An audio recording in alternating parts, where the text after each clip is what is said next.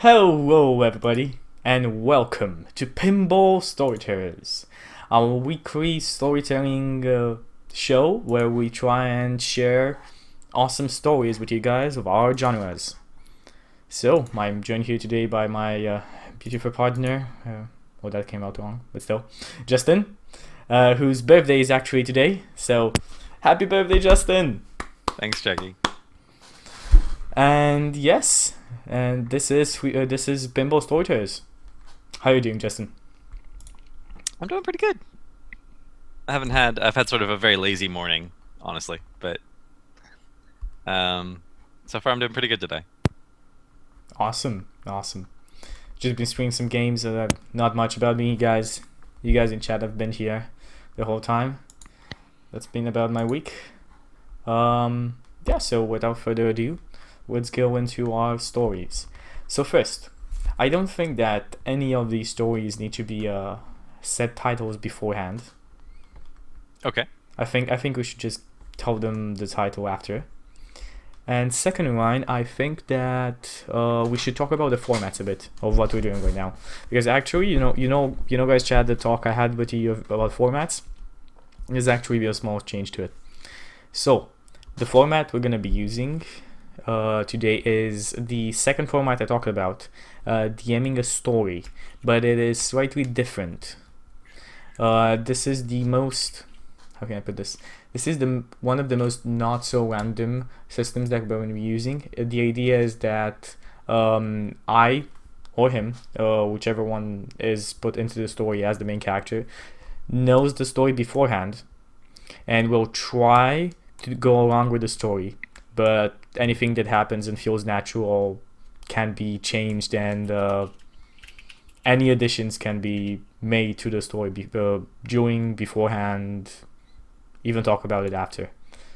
But yeah, I think that's about it about this format. First story is going to be Justin's story, and I will be the main character. I already know the story, but I don't know the story in detail, so I haven't read it in detail. I only know some of the pointers. So all of it might go very random, or it might go exactly how the story is. We'll see about that, and we'll see how it goes. So Justin, please. We're doing mine first? I thought we were going to do yours first. Oh. It doesn't matter. Neither one, but yeah, let's do yours first. I'm more excited for yours first. Okay. Okay, so you want to tell me something about my character beforehand, let me or look at my notes. There we go. Okay, we're good. So your character is a young boy. He ran away from home, and his father was a gardener and a peasant, and he ended up becoming arguably the greatest thief in the world. Arguably the greatest thief in the world. Interesting. And he's headed home in his cloaks and his silks and his riches to sort of surprise his family with how well he's done for himself. And that is where our story begins. So, what is the name of the city that my parents live in? The story doesn't actually give a name. Let's say it's I know. That's why I'm asking. Let's say it's Dorter. Dorter. The city's name is Dorter. Interesting. Do you want me to roll any stats for the character? Or do yeah, we're gonna need those. Okay, awesome. I'd say based on his abilities that Dex and Charisma are probably his highest attributes. Okay, 4d6 or 3d6? What do you think? Let's do 46. 4d6. You're gonna need some decent stats for this one. Okay. Well, there's that dexterity. And I think there's that charisma. Oh, we need another one for perception. Okay, so what's the name of my character? Name of your character? Yes. Well, he always refers to himself as Master Thief, but I don't think that's a very good name. No. So I think he refers to himself as the Master Thief because he doesn't really like the name has been given. Oh, maybe it's like one of those. Maybe his real name's Puck. Puck. That's a terrible name. That's a terrible name. Okay, good. So His name is Puck, so that's why he always refers to himself as Master Thief. He just hates that name so much. Also, maybe he changes his name a lot, so he, when he's talking to people he knows he's close to, he like doesn't want to give them a fake name. So it's like the most honest thing about him. I'm a thief. Okay, so let's write that down. Strength, dexterity. So we have a strength of 12, a dexterity of 18, constitution of 10. Now that intelligence, so he's kind of stupid. I'm kind of on the down low. Not the sharpest tool in the shed, but he is full of wisdom. His travels have made him very wisdomful. I think that's how we say it. Charisma is a 14. I think I did not roll for perception. Did I roll for perception? Or am I It's based missing? off Wiz. There's six rolls there. Oh, yeah. Good. So, no, perception the stat, like the idea that are we just doing a normal 6 away stat or a 7 away stat as in 5e? I think it's 5e. It's fine. Okay, so that would be 5e style. Also, I think you probably have proficiency with both Thieves' Tools and the Disguise Kit.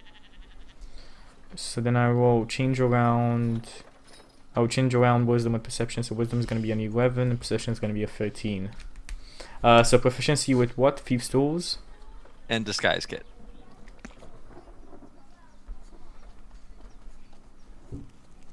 Okay, awesome.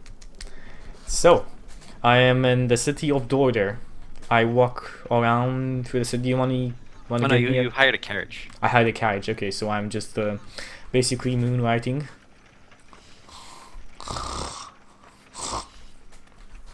I've developed this light sleeping method because of being a thief, so I'm basically just half awake all the time. So that's why I always need to nap whenever I don't have anything else to do, because I don't really sleep that well. So constant napping is the only way to stay sharp. I could understand that. Okay.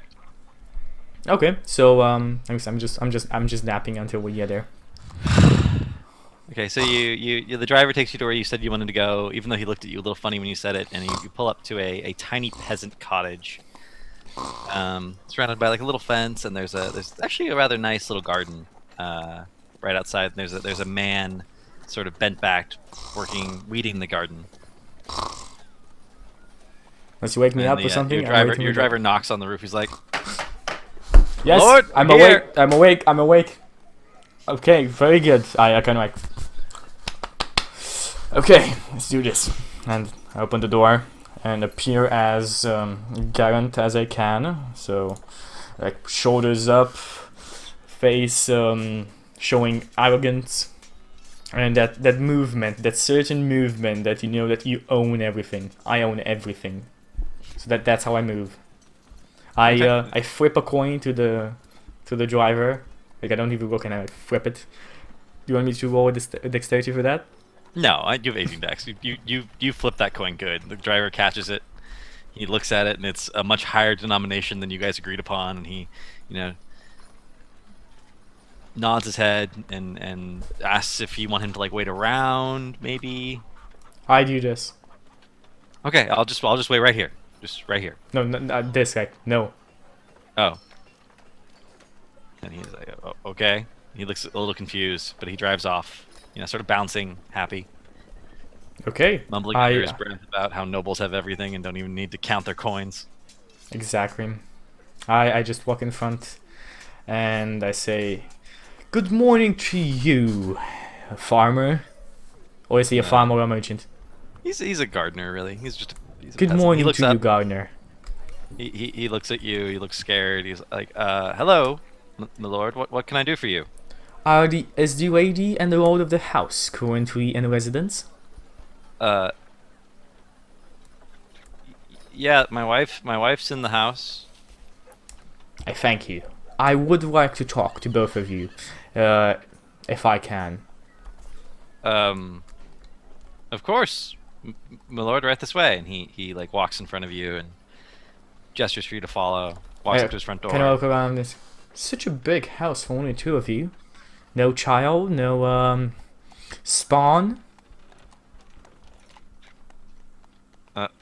I don't think humans spawn, my lord. But no, we had a son, but he done run off. Interesting. So you know anything of your son, or is he just a mystery to both of you? Uh, he just ran off, my lord. We haven't heard nothing of him since. And Ah, the wife gets a little teary eyed. She's like, my only child. I kind of bend down to one knee, kiss her hand very gallantly, and I say, "Do not fret, my lady. All is solved with time." Okay.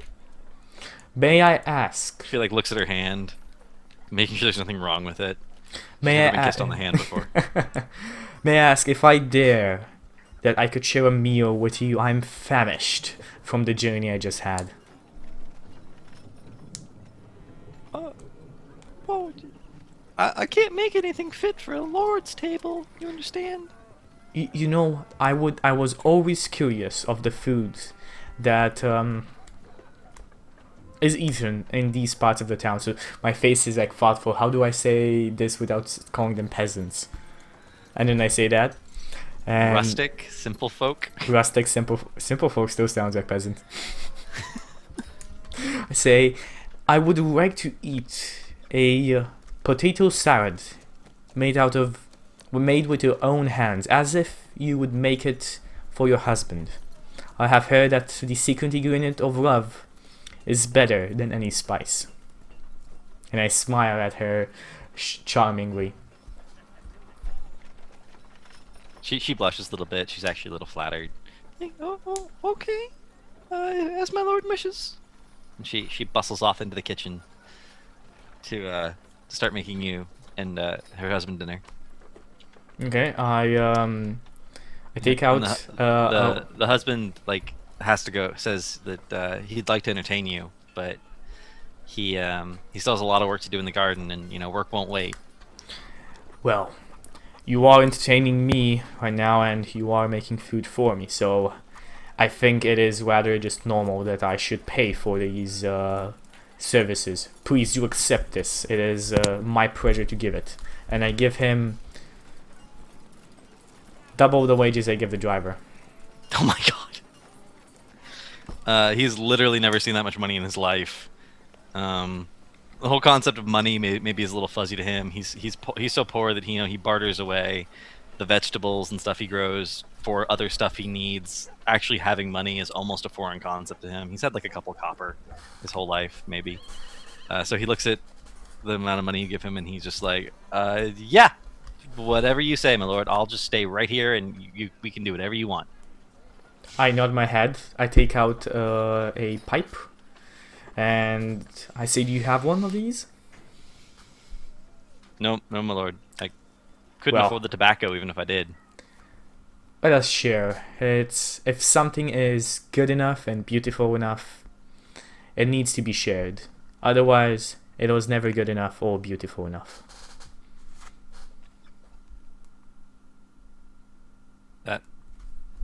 That sounds like a very high-minded concept. I nod. And he And settles down. I put some tobacco, very expensive, the most expensive, the most exquisite tobacco I have.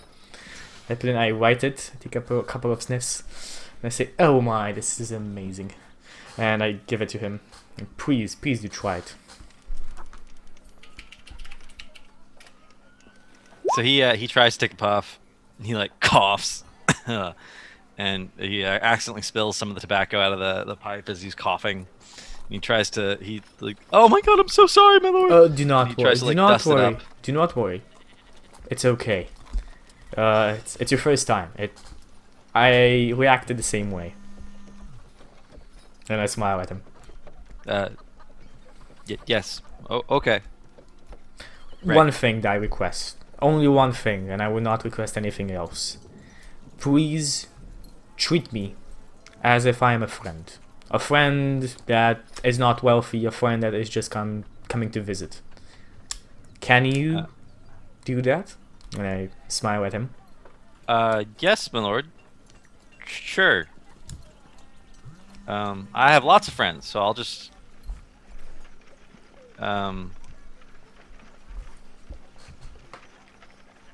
He's Just just like feel, looking at you like just feel, dumbfounded. yeah, just be He comfortable. he can't process the idea of treating you as a friend as he looks at your clothes, and it's sort of coming across in his face. Sorry, if I can, if the money covers it, of course. Could I? We're roughly the same size. Could I borrow a spare set of clothes you have? This would make the whole process easier. Uh, of course, my lord. That would be fine. I I go into his room. I take the clothes and I dress up. Yeah, he has one other set of clothes, Okay, and I and say, they fit you just fine. You guys are about the same size. You maybe have a little bit more. You stand up a little bit straighter, so it seems like you're taller, but you realize that he's just like hunched over from years of weeding. okay. You're So actually about the same size. I take on the clothes and is this easier? I will try even and speak more simply. Uh, you look much more like a sort of person I know now. I smile at him. Well, Very odd person. maybe we'll get to know each other more and more over the course of tonight. Yeah. Okay. So, as we smoke our pipe weed, I ask, um, why is it that you have had a child and after he has, I'm sorry to, after he has ran away, you have not had another? Well, it's not for lack of trying. It's just sometimes I guess it don't take. I can grow plants real good, but I guess I can't grow children. Well, it is good enough. Let's see if the food is ready. I'm famished, as I said. It's been a long journey. Yeah, of course, my lord. Right away. And he goes in and checks, and the food's ready. It's like you guys all sit down to the table. It's like a simple potato dish. The potatoes have been cut almost into like rounds, and they've been spiced a little, and they've been baked. So they're just like it's just a plate full of little rounds of potato. I started eating. It's a very familiar taste for you. She makes them exactly the same way she used to when you were a child. I say I have. It feels like to me that I have missed so much. I thank you for this meal. It is quite familiar of taste. Yeah. She seems confused. Really, my lord? Do they make it like this in castles and such like? No, sorry. Only the most exquisite cooks in the world can make such a good potato salad. I am just bedazzled that I have found one with the same skill. Maybe the exact same skill. Oh, my lord, I don't know if I could ever say I was as skilled as anyone who grew up in a castle. Well, some people in the castle are more uneducated than those that live in a common village. So, do not think of us or people in the castles as mighty people. Just as people who were lucky enough to be born there. Oh, but surely you must be kidding. It can't all be luck. Right? That doesn't God intend the world to work this way? I smile at her and I say, no. Everybody makes of himself what he wants. People of the lowest birth can become the highest lords and the most powerful kings. They just need the will to do it and a lot of practice. Well, I've never heard of anything like that happening to anyone. Well, I say, I am very interested in a tour of the house, even the garden. I have heard your husband grows exquisite plants. I would like to see them, if that is not too much to ask. No. And she looks at her husband, and her husband's like, I'll show you the plants if you want. I smile and I say, let us go and see them. So you guys go outside. There's a lot of like really pretty plants. He also appears to grow like the starting phases of trees before they're transplanted into to larger orchards. And there's some interesting work he's doing where he's putting holes in the trees, and they're like he's tying them with ropes so they'll grow straight up. It's actually pretty interesting to look at. And there's one misshapen tree sort of shoved off to one side that looks older. Point at that and I say, why don't you tie that crooked knot tree, which is in the corner there, bent almost down to the ground? Oh no, my lord, you gotta get them straight and right when they're young. That one's too old. It can't be fixed. Sir, I think that all trees can be fixed. Is this how you feel? Like it was with your son? If you had trained him while he was still young, he would not have run away. Now, too, he must have grown hard and misshapen. Truly, it is a long time since he went away. He must have changed. Without looking at him, just staring at the tree, I say, would you know him again if he were to come in if he would come to you? Hardly by his face. But he does have a mark about him, a birthmark on his shoulder that looks something like a bean. I smile without actually looking at him, and I pull up the shirt that that my father gave me. Good God! You're my son! But how can you be my son? You've become a great lord, and you live in wealth and luxury. Ah, father. The young tree was bound to no post, and has grown crooked. Now it is too old. It will never be straight again. How have I got at all that? I have become a thief.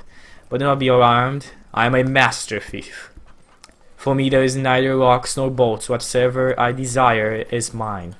Do not imagine that I steal like a common thief. I only take some of the superfluity of the rich.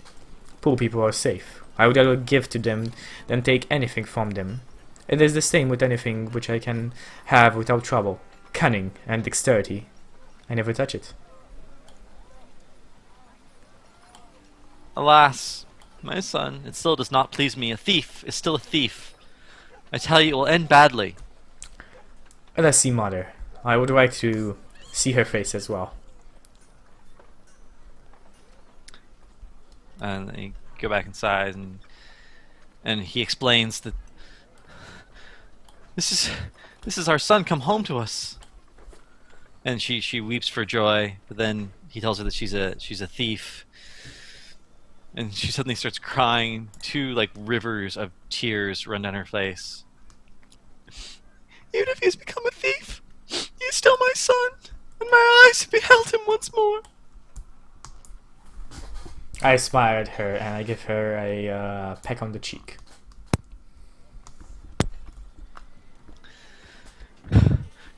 Come sit. Let's finish our dinner.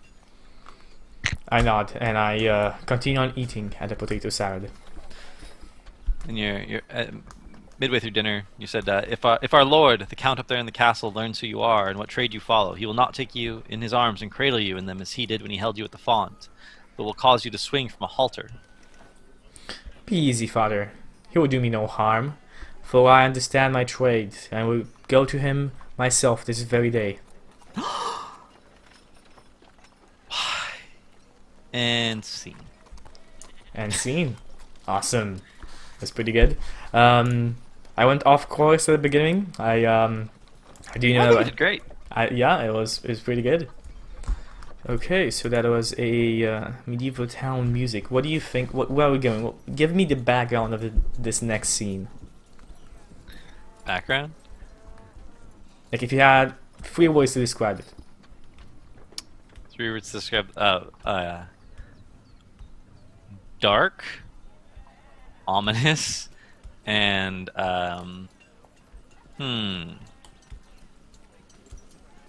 unhappy. Unhappy. Okay, so let's see. What do we have? think this is good enough. No, actually, no. Goblin's Cave, that should be good enough. Dark, I'm Okay. wanting an ominous. That sounds awesome. By the way, is roll 20 black for only you or me? Chat, the rolls are there, but I do not see anything in chat. I mean, I see the rolls are rolls, there. but- Like the map area is totally blank. Yeah. Oh no, it's actually the background itself. Doesn't matter. It's actually in the settings. We're Okay. pretty much only using the rolls. So Yeah, we are pretty much only using rolls. So, let us go to our next scene.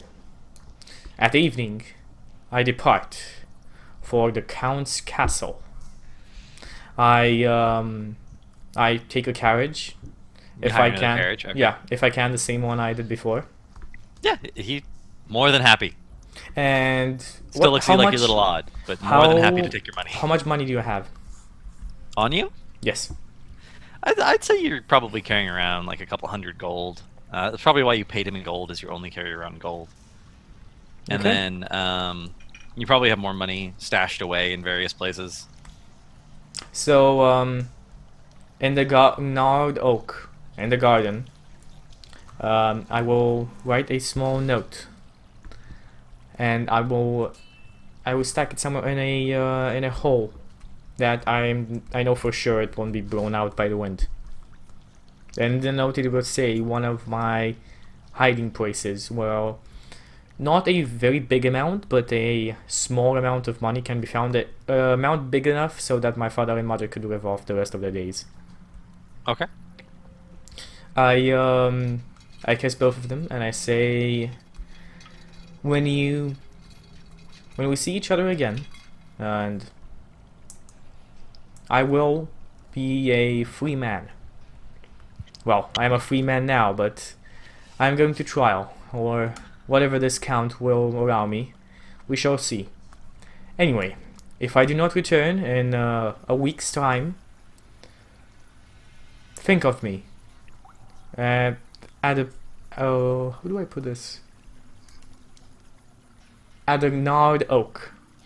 I shall leave a remembrance there. But only go there in 1 week's time. Your mother's crying. It's like, no, don't go. Don't go. Don't leave me again. Your father's like, son, you grew up to be a very odd man, but I guess you're doing something a man needs to do.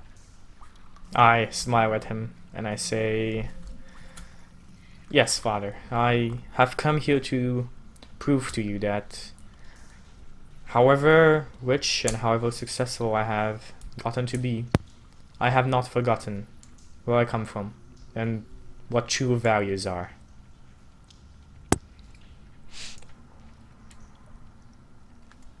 You're a thief, right? You know that thieves take things that don't belong to them.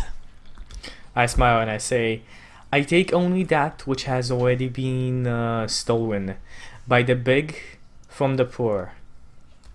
I sometimes do give it back to the poor, but anyway, I do not steal what has never been stolen. That's just too big a concept for him. You got your intelligence from your father. I actually have this is wisdom. I'm trying to be, because intelligence is 6. So yeah, this is my wisdom. I'm just saying he can't understand the concept. He's Oh, just like, I don't understand it, son. But you go do what you have to do. I nod, and I instruct the driver to take me to the Count's castle. So you get to the Count's castle. The guards let you in because you're wearing very fine clothes, and the Count receives you in his court. And he asks, he doesn't recognize you, so he asks, where might you be from? Oh, I'm Lord? from right here. I nod, and I point to a window just down from that cottage. That's where the peasants live. I nod my head. Do you mean perhaps from the next town over?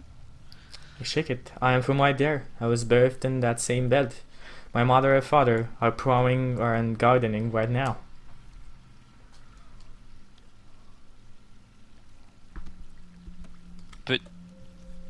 your I parents nod were my head. peasants. How did you come by such fine clothes? How did you become such a lord?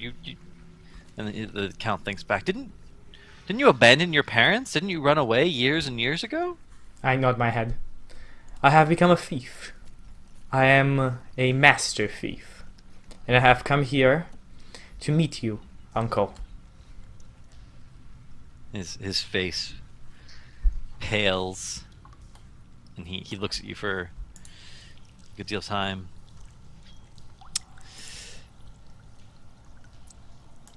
I held you at the font when you were baptized, and on account of that, mercy shall take the place of justice, and I will deal leniently with you. Since you pride yourself on being a master thief, scum, I will put your art to the proof. But if you do not stand the test, you must marry the rope maker's daughter, and the croaking of the raven must be your music on the occasion. I nod and I say, Lord Count, think of 3 things, as difficult as you like, and if I do not perform your tasks, do with me what you will. I will shall marry whoever you say, and I shall do whatever you say.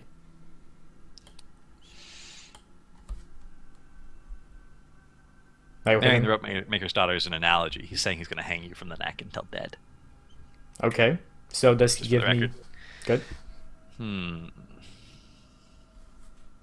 Well then, in the first place, you shall steal the horse I keep for my own riding out of the stable. In the next, you shall steal the sheet from beneath the bodies of my wife and myself when we are asleep, without our observing it, and the wedding ring of my wife as well. Thirdly, and lastly, you shall steal away out of the church the parson. Mark what I am saying, for your life depends on it. I nod my head and I do a very big flourish with my cloak, and I say it shall be done. Okay, so I think that's a scene as well. Oh yeah. Scene. The count looks at you like you're a fool. He shakes his head. He's like, I hope you just give up and don't come back. I don't want to have to hang you. I nod. You do not understand the concept of master thief, uncle. I shall prove it to you. And I smile widely, shining my Colgate smile. He just looks at you sadly, reflecting on the fact that he's going to have to hang you in the morning. Okay. So, this is what I do. Let's see. What do I do? I go to the nearest town, and I dress myself in the clothes of a old peasant woman. Okay. I stain my face brown, and I paint wrinkles on my face as well. Okay. So give me a disguise check. Okay. So you have it's your charisma plus proficiency because you have a disguise kit. Plus your dexterity if I remember correctly. Do you get dexterity for disguise? I think so. You get a skill you get a ability for every skill, any and every skill. I think it is dexterity. Or I might be mistaken. Why would it be dexterity? I mean, I guess it could be dexterity instead of charisma. I always thought it was charisma. Maybe you're right. Disguise charisma doesn't really make sense, because that would be lying. Well, I mean, I guess it's selling the disguise. In a way, also. But Yes. I could see arguments for both, I guess. So what do you think? Your decision. I'm not. I don't know where my player's handbook is, so I'm just gonna go with you. Well, now I'm gonna look it up. Okay, so it's all Actually, up. my player's handbook isn't open. Why is my player's handbook not open? Okay. Delete player's handbook. I wait. Did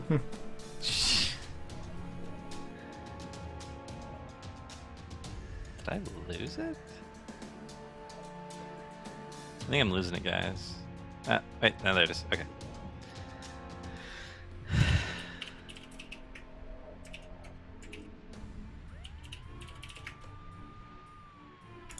Okay.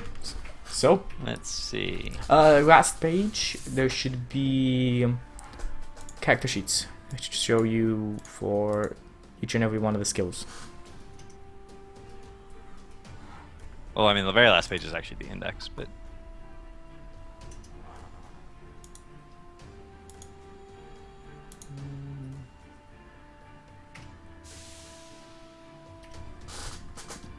Was there really not? You know, just leave it at that. I will roll with my charisma, so +4, I think. Would you say my proficiency is 2 or 3? That's weird. It says there's a disguise kit. Like there's a disguise kit, and it mentions proficiency for it, but it doesn't actually ever give a skill check for using the disguise kit. Yep, just leave it at that, as I said. That's really strange. Why would they include it and not?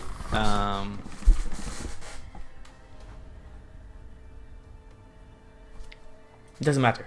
Let's go on. Apparently, in the one of the examples is disguising yourself as a guard using an intelligence check or a charisma check. As I said, yeah, I would go with charisma. Let's go charisma. So would you say my proficiency bonus is 3 or 2? Let's say it's +3. Yeah, you're a master thief. Okay, good. So that would be 4 total.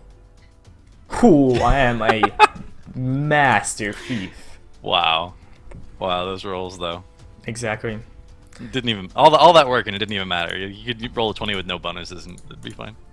So I go and I take a whole cask of old Hungarian wine, and I slip into it, mix into it, I guess, a powerful sleeping drink. Okay. Okay, I put the cask in a basket, and I take it on my back, and I walk with slow, toiling steps to the Count's castle. And I wait for dark to actually get there, to the stables.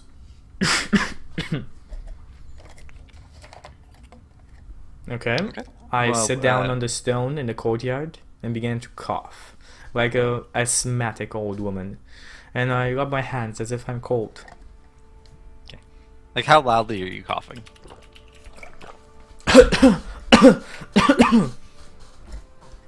So almost immediately, one of the guards notices you.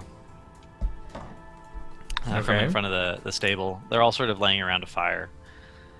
And he says to you, "Come near, old mother, and warm yourself beside us. After all, you have no bed for the night and must take one where you can find it." Oh, thank you, my dear son. And I take the cask and then connect totaling steps again, move towards them. And they, as you come into the light of the fire, they notice the pack on your back. And what have you got in your little cask, old hag? A good mouthful of wine. I live by trade, for money and fair words. I'm quite ready to let you have a glass. Oh, let us have it here then. And he unstops the bung, pours himself a glass. Okay. Oof. Hair of the dog. When wine is good, I like another glass. I nod and I pour him another glass. And all the guards start following his example. They all, let's see, actually. I'm gonna do this. Okay, yeah. So they all have at least one glass of wine. Okay. All the guards outside the stable. And I say, I have plenty if you want any more or you have any more friends. I smile like a old woman smile that looks a bit creepy but grandmotherly at the same time. Wow. That's very specific, Shaggy. And the guards actually call out, "Hello, comrades! Here's an old girl who has wine that is old as herself. Take a draught. It will warm your stomachs far better than our fire." And she, one of the guards gestures you to go into the stable. I go into the stable. Okay. And so as you go into the stable, you see the riding horse that you're intended to steal, and there's literally a guard sitting on the horse, and the horse is completely saddled. And another one's holding the bridle in its hand next to it, and a third is holding its tail. Interesting. So I pour them drinks. They just keep drinking it. You pour it out, they drink it, and eventually your cask does run dry. Interesting. So I look around and I see this sleeping man on the bridle of the horse that I need to steal. So Yeah, after about half an hour to an hour, all the guards fall asleep. First, the one that's holding the tail, because he has just had one hand on the tail, so he had a free hand, so he was hitting him back a little harder than everyone else. He sort of slumps off to the side and falls onto some hay that's right there. The one holding the bridle sort of like sits first. He thinks he's just going to sit down because he can sit down while still holding onto the bridle, and he feels a little ridiculous, but and he just sort of falls over and like lets go of the bridle. But the one who's sitting on the saddle sort of like falls forward over the pommel of the saddle and gets stuck to the saddle. So now he's on top of the horse. He's still there. So I look All the around. guards are asleep. I look around. Interesting problem we are faced with. Nonetheless, it would be easily solved. I look around for rope. There's tons of rope in a stable. You have your pick. You got some small rope. You got some big rope. I get the thickest, like, good rope. Okay. And I tie it to the sides of the saddle. So basically, like, 4 ropes, one on each corner, as if that was like if the saddle would be a rectangle, I would tie each at one corner. Okay. Good. I tie them up, and then so I'm looking around. Do I see any hooks up above in the ceiling or just to a post? Oh, there's it's a beam ceiling, so there's multiple beams that run across. So you could like 1 rope, 2 rope, 3 rope, 4 rope, and then I get all of them up. All right, give me a sleight of hand check. Okay.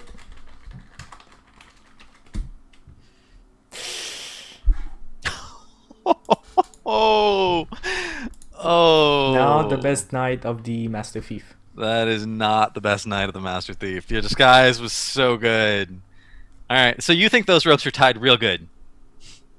Okay, so good. I tie them up to a. So I actually start trying to bring them up, like trying to bring the saddle up with the man on them. All right.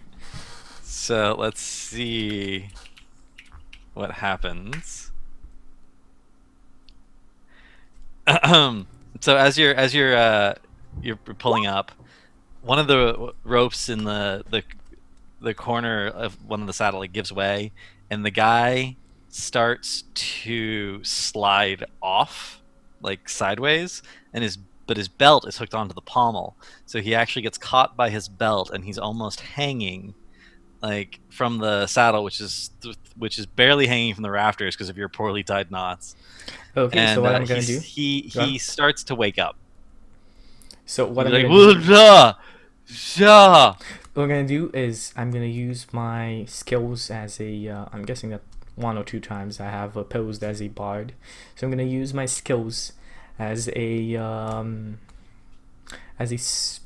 artist to try and lullaby him to sleep. Okay, give me a performance check. Okay. Against an opposed check from him, which he has no proficiency in. So do I have proficiency in perform? Oh yeah, I'd say you have proficiency in perform. Okay. 17. You've led an interesting but unsavory life. And anyone who's led an interesting but unsavory life can perform. So he gets lulled back to sleep. He's like, oh, this is clearly a dream. Baby, you can't. I can only fly in my dreams, and I'm sort of hovering in the air right now. Okay, yeah, he's just like, sweet little baby, don't you cry, Dada's gonna sing you a lullaby. And I continue on this. He actually had a troubled childhood where his parents didn't love him, so this is clearly a dream. Because his parents never loved him enough to sing lullabies to him. So I try easily, like in perfect balance, try and raise him up, and as soon as I have enough rope to get it to one of the posts to a side, I tie it around the post. Okay. So you leave him suspended in midair? In midair, exactly. Okay. And I have the horse. Yeah, you have successfully. Well, I mean, the horse is in the stable, but it's no longer encumbered in any way. Good, and I take the horse outside, I guess. So you just take him out. You take the horse out as it is. As it is, and I mean, I think as a farmer's son, I not necessarily proficient with it, but I can ride a horse unsaddled. Okay. Okay. So let's see how much noise the horse's hooves make on the saddle. So the next nearest awake guard completely fails to hear the horse galloping off as its iron shod hooves hit the cobblestones. He's a little bit oblivious. The guards are just not very well trained, to be frank. Exactly. So I just take advantage of this and move off. And as if I see any of them looking, steal the horse. I successfully steal the horse. When day breaks, because I don't want to wake up my uncle, I gallop the horse to the castle, and I scream, "Good morning, Sir Count. Here is the horse, which I have safely gotten out of the stable. Just look. How beautiful your soldiers are lying there sleeping. And if you were going to the stable, you see how comfortable. Well, not really that comfortable, but sleeping soundly. Your watchers have made it for themselves."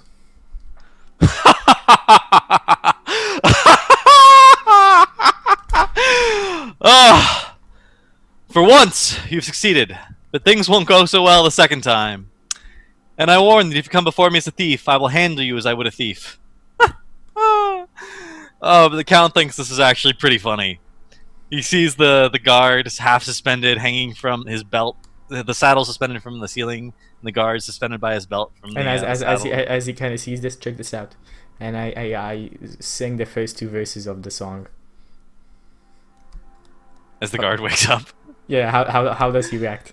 Oh my god. The guard, like, his eyes bugs out, and he looks at the Count. He's like, it was just a dream. Don't fire me. I don't want to be left alone again. This is the only family I have. And the Count just looks at the guard like he's pathetic, and his eyes are a little twinkly. And he just thinks this whole thing is hilarious right now.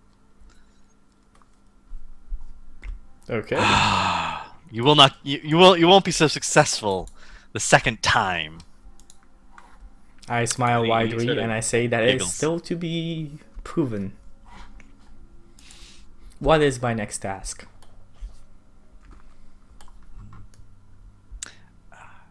The next task you shall have is that you must steal the sheet upon which me and my wife sleep tonight.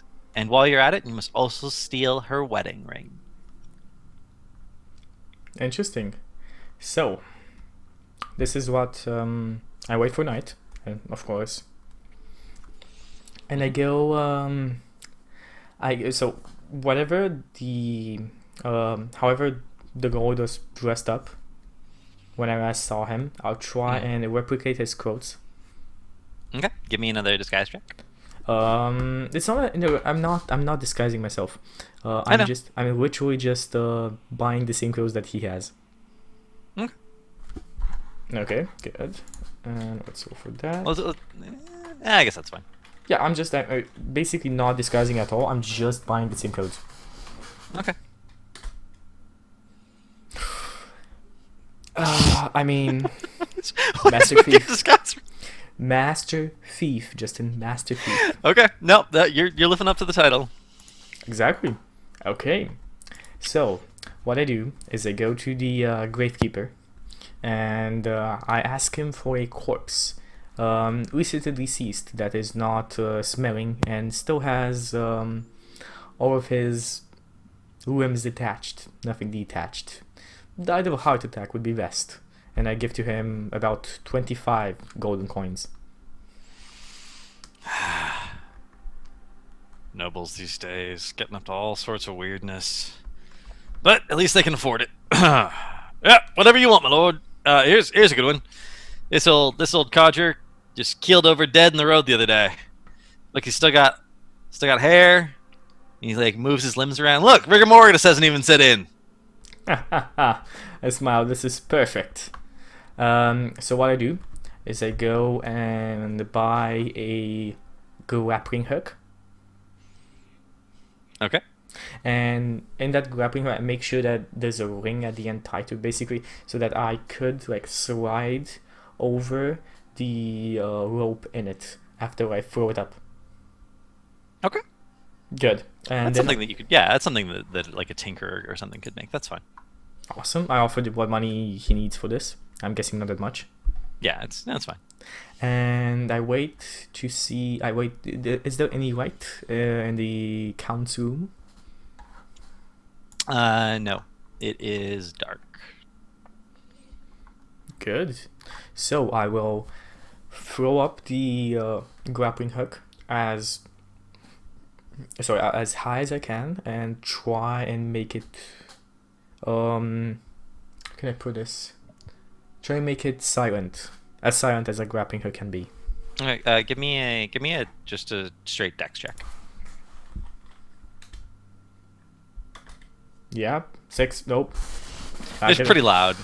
There's like a clunk sound. There is a shutter though. So let's see. I guess that works. You feel like it was probably quiet enough that it didn't wake anyone in the room.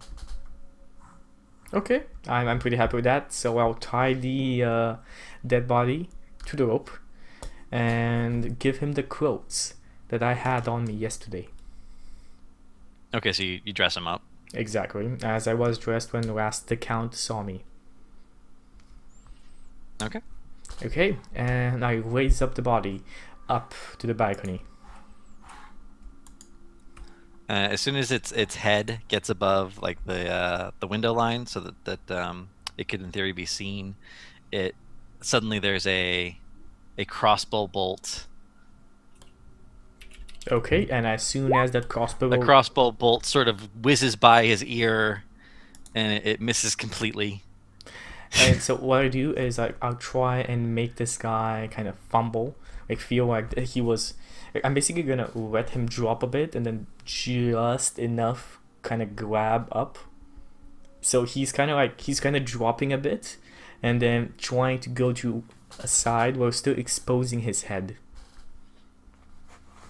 Okay, so you're trying to like, keep him up there. Exactly. So one round later, another crossbow bolt comes whizzing out, and it manages to it like pings him right in the center of the skull. Okay, and he just falls down dead. Okay. So I'll go to the door that leads outside towards the garden, and hide on the other side of the door, Right, and give shadow me it a again. stealth check. Okay. Proficient in that or not? Yeah, that's probably like +7 or something ridiculous. Right? Yeah, because you have 18 dex. Let it be so. Oh my god. Master Thief. Master Thief. Okay. So I'm not very dexterous. So even if I'm very dexterous, I'm not very good at ropes. Ropes are my arch enemy. But when trying to disguise myself with blend in, I'm a freaking chameleon. So you see the Lord actually come down out of the castle, and he picks up the body and he starts dragging it towards his like personal garden, and you see him grab a shovel and he actually starts like digging a hole. I smile a bit and then I go up to his room. Okay. Okay, I say, dear wife, the thief is dead.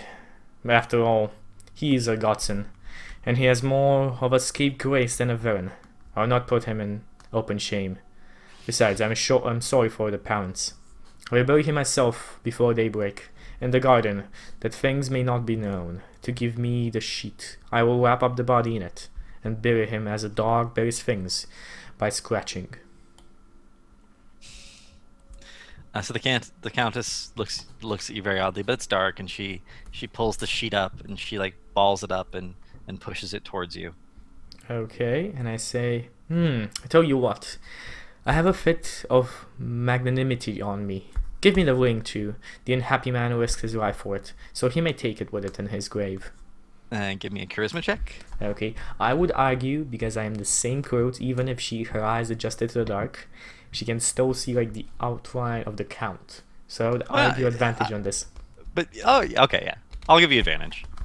It's just a question of whether or not she wants to give up her wedding ring, which I think is pushing it a little bit from a standard marriage, but we'll see. Okay, proficiency on deception, do you think? Oh yeah, you definitely have proficiency in deception. I don't think Okay. you would have gotten this far in life without proficiency in deception. Well, a 22 is a high enough number, I think. Yeah. Okay.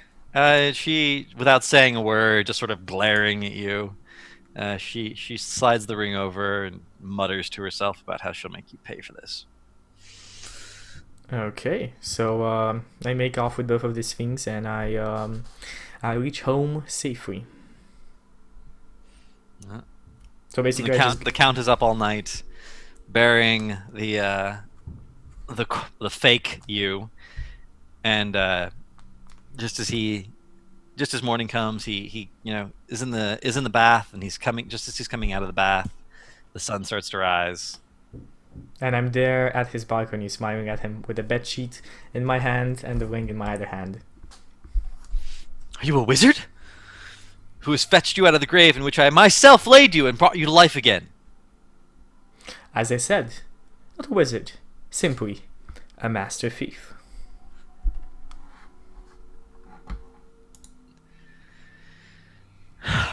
But how? Who did I bury? Oh, just a poor dead person that has already passed into the underworld far before you shot your bolt at him, which I must say was rather an ingenious plan, if I might commend you on that. Oh, you are a clever, crafty thief. But you've not reached the end yet.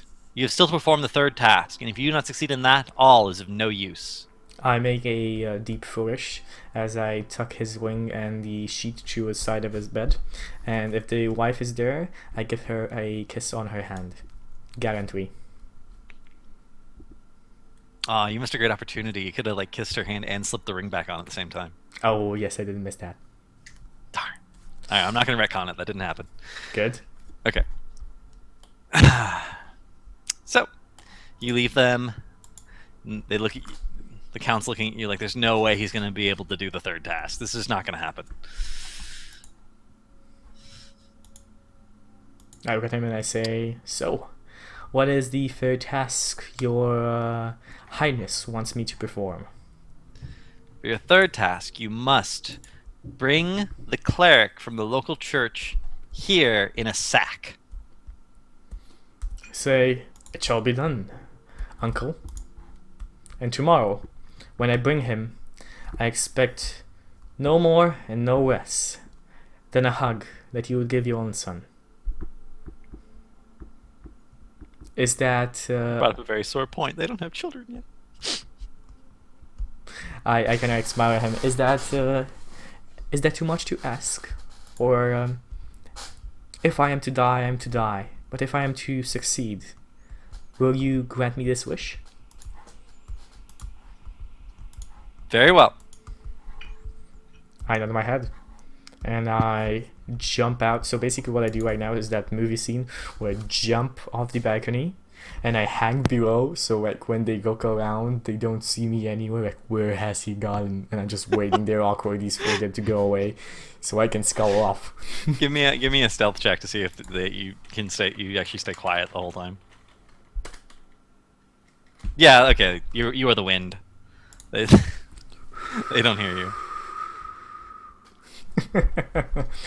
Okay, and in the night, with a long sack in my back, and a bundle in my arms, and a lantern in my head, I go to the village church. Okay. Okay, can you What do give you do me when a, you get there? like can you give me a general description of the this cathedral or just the church? Oh, it's not like a cathedral. It's a standard sort of parish church. It's a standard A-frame construction, and it is surrounded by a small graveyard. You notice like the church seems like it's slightly raised up compared to the surrounding countryside, which seems kind of strange. It's like 2 or 3 feet higher than the rest of the adjacent area. Okay. So this is a nice area of the town. I will take out from my sack the crabs that I have in there, and Okay. from my other sack the wax candles. I stick the wax candles on their backs. I light them up and let them scurry off. But I try and kind of let them go in the church courtyard. Okay, so there's a bunch of crabs with lit candles scurrying around the courtyard. So yeah, about I'd say 10 is enough. Okay. Okay, good. And when the clock tower just strikes 12, when the stroke has just sounded, I run into the cathedral. Do you do this as yourself, or like what are you dressed as right now? Oh, I am dressed as a lowly monk.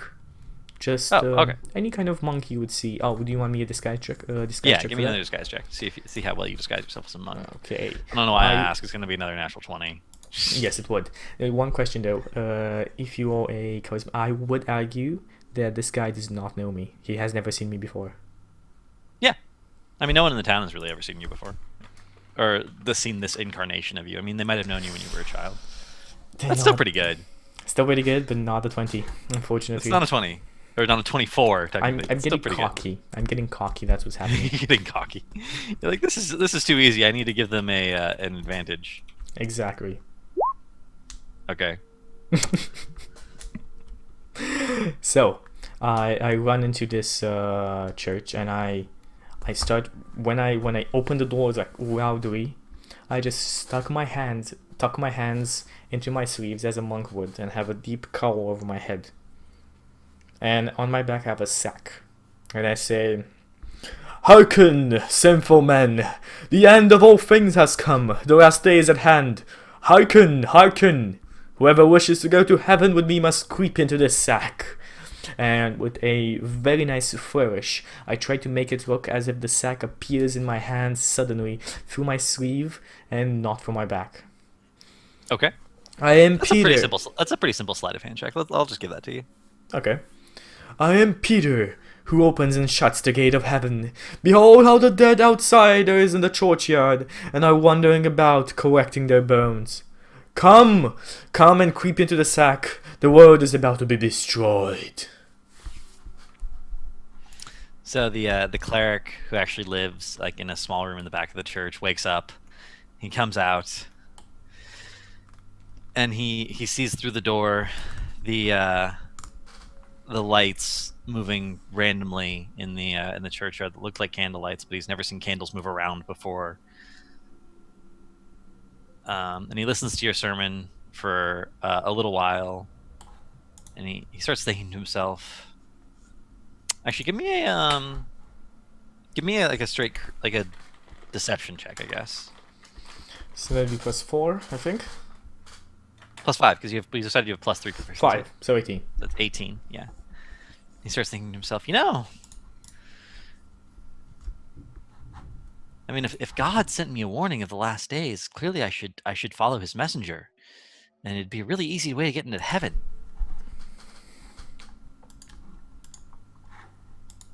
I can open. So I he still have walks the up to sack you and open. says, "Oh, messenger of God, what must I do to avoid the last days?" Enter this sack, and I shall deliver you to the gates of heaven, and I shall open them for you and greet you in the light of God. Wow. So he's all for this. He crawls right into that sack. Okay, I drag it down the pulpit steps, and whenever his head bumped against the step, I cried, "We're going over the mountains!" And I drew, right, mountains. I draw him along the village in the same way, and when we pass through puddles, now we are going through wet clouds. And you hear some gasps from the sack, like, "Oh, I'm in the sky!" And when at last I am dragging it through the steps of the castle, now we're on the steps of heaven. You will soon be in the outer court.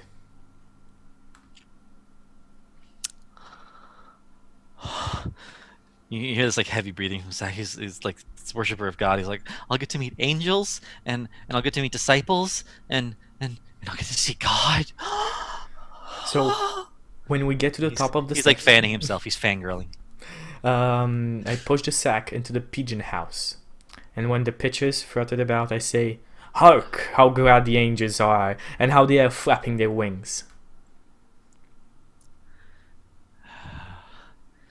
Okay, so did you like tie the sack shut at any point, I mean, yeah, or did you just? oh, So it's tied shut. yeah, I'm thinking it's tight shut. I think Okay, that give would me be it. give me one slide. Give me one slide of hand check. Okay, let's see. This did not go well last time. Well, better now. Okay, so the sack is tied shut.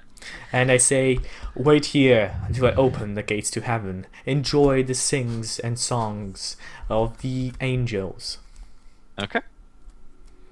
And I bolt close the pigeon house door, and I wait until morning. Okay. And what do you do in the morning?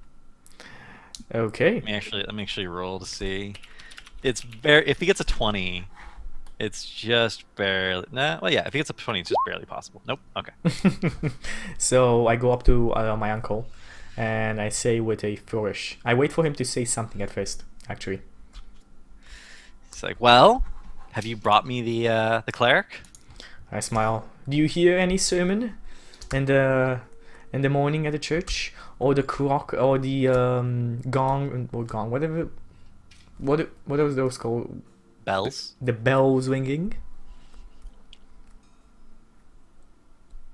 You do not have them with you, though. Where have you left them? Oh, lying upstairs in the sack in the pigeon house, and they imagine. Well, he imagines that he is hearing the sounds of angels in heaven. So, bring him down lightly from his high horse. So the count runs up to the pigeon house, unbolts the door, and sees a sack, and he unties the sack and pulls it open, and there's the cleric, and the cleric looks at, like, my lord, did you come to heaven too? It does smell a little funny though, doesn't it? Not at all like I imagined heaven to smell. And the Lord puts the sack back over his head and ties it shut again in disgust, and sort of like kicks the sack. I put a hand on the count's shoulder.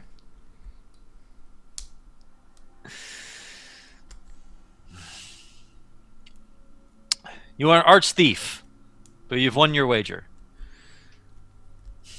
I'll let you escape with a whole skin, but see that you leave my land, for if ever you set foot on it again, you may count on your elevation to the gallows.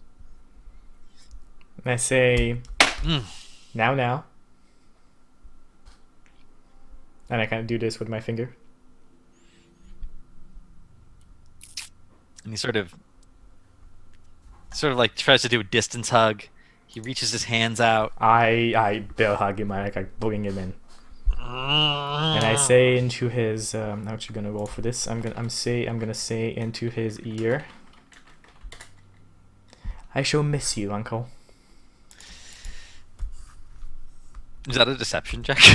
I think that's more of a perform check. Oh, okay. Well, he believes you, and he says, honestly, this has been the most fun I've had in a long time, but I simply can't. What would people think? Simply can't have you stay. I understand. We shall hear of each other, and maybe I shall send pigeons. Though, my pigeons are black. Not ravens, still pigeons. They're of a weird variety. Sometimes I have them painted. Anyway, none of that. If you receive any word from me, it will be from black pigeons. Right.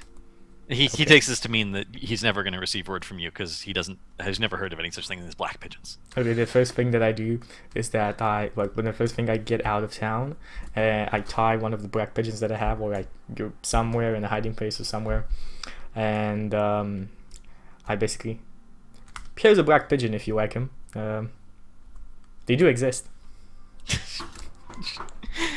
Ah! He's incredibly frustrated at life right now. Okay, and in the note that I left my parents, it says they're exactly. One sec. Which one? Exactly as more or less like the story of what just happened. Not the exact details because I would not know that beforehand. Mhm. But I talk about basically what just happened, the story that just happened, and I tell them if you ever want to see me, go in the city next and stay at the Raven Inn for 3 days exactly. 3 days, and do not spend any night but in the master bedroom. I shall see you there on the third night. And a sack of 100 golden pieces. Spend them wisely. So they decide to bury the money and not use it, except in case of like emergency, because they're actually quite happy with their lives. Maybe they buy like one or two things for the cottage, like a nicer blankets so that's warmer in the winter. Good. But they live happily ever after in their child, always imagining what their genius thief son could possibly be up to, and From time knowing to that he's all time, right. If he can outsmart great lords, then he can outsmart anyone. from time to time, I send them black pigeons as well, regaling stories, more or less such as this, of endearing feats that I have taken, or new small trinkets that I have stolen from there and there. Aw, and they're always very happy to get them. They're like, "Oh, he cares about us, even though we don't understand him and we don't get along. He cares about us." Okay, and I think that is the story of the Master Fifth. That is Grimm's The Master Thief. For those Awesome. of you who wanted to know. So that was an amazing story. I had a lot of fun with it. I loved it. There were so many chances for it to go off the rails, like so many chances, and you just kept rolling 20s. I rolled 20s. I rolled only 1-1 during the whole session. That was pretty good. Yes, that was pretty awesome. So the session, this took a longer than I expected, but I think being it Justin's birthday, he does deserve this awesome story. And the story that I will be doing is, we're gonna do it next session. Yeah. I think that's the best, because mine is of equal length, or actually even more.